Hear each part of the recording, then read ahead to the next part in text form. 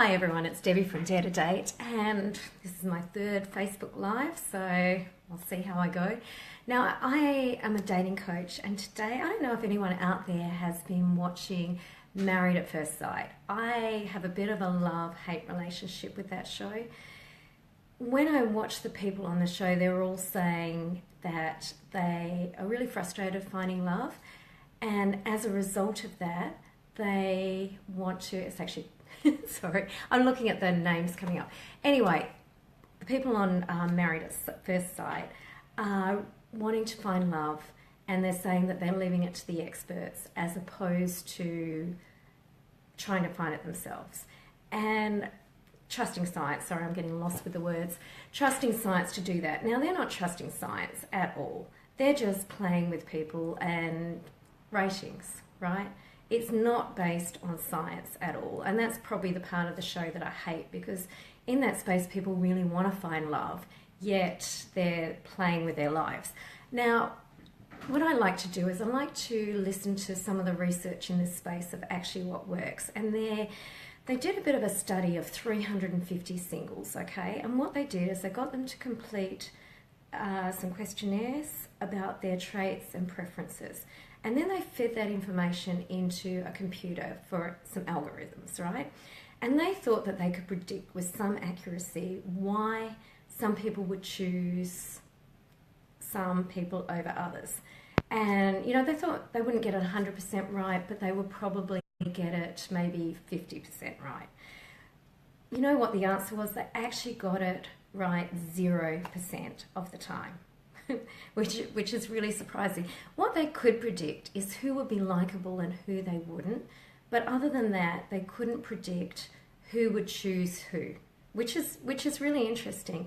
And you know, a lot of the dating sites like eHarmony get you to fill in these long questionnaires and say that they'll use science to find you love. Well, love is there's so many factors in why we choose who we choose that no one can really predict with any accuracy.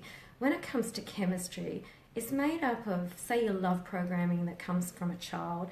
It comes from what's happened to you in the past. It comes from so many different factors. And if you look at the dictionary definition of love, it actually said it's a complex emotional or psychological interaction between two people, okay? So it's really intangible, unspoken, and energetic. And you know the cliche that love is blind? Well, it's a cliche because it's true. When we have chemistry with someone, it's actually been proven when you have an MRI that the right frontal cortex of your brain shuts down in relation to that person. So if you've ever wondered, oh my God, how could I have ever fallen for that person, and why didn't I see what they were like? Well, the answer is because the chemistry was shutting down your judgment, okay?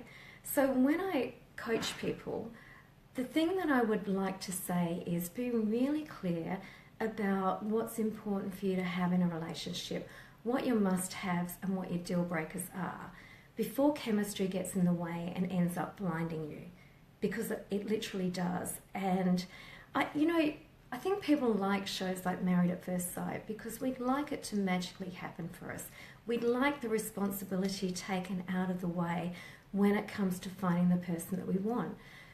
But the answer's simple. It comes down to us, and it starts with changing how we think. Because one of the components when we have chemistry for someone is that like attracts like. And what does that mean? So if I was to give you some advice, I would say, you know, everyone wants something from a relationship. So be what you most want someone else to give you. For example, if you really want unconditional love, what would I suggest is, sorry, I'm losing my words, being live is a bit distracting with all the pop-ups.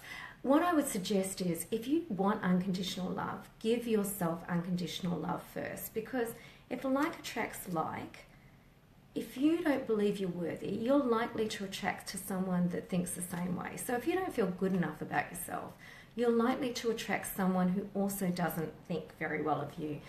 If you're unavailable, you're likely to attract someone who's equally unavailable.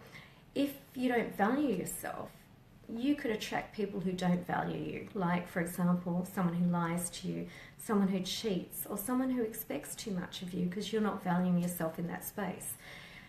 If you want if you want a relationship and your main belief is you're not worthy, you're likely to attract people who have that view of you.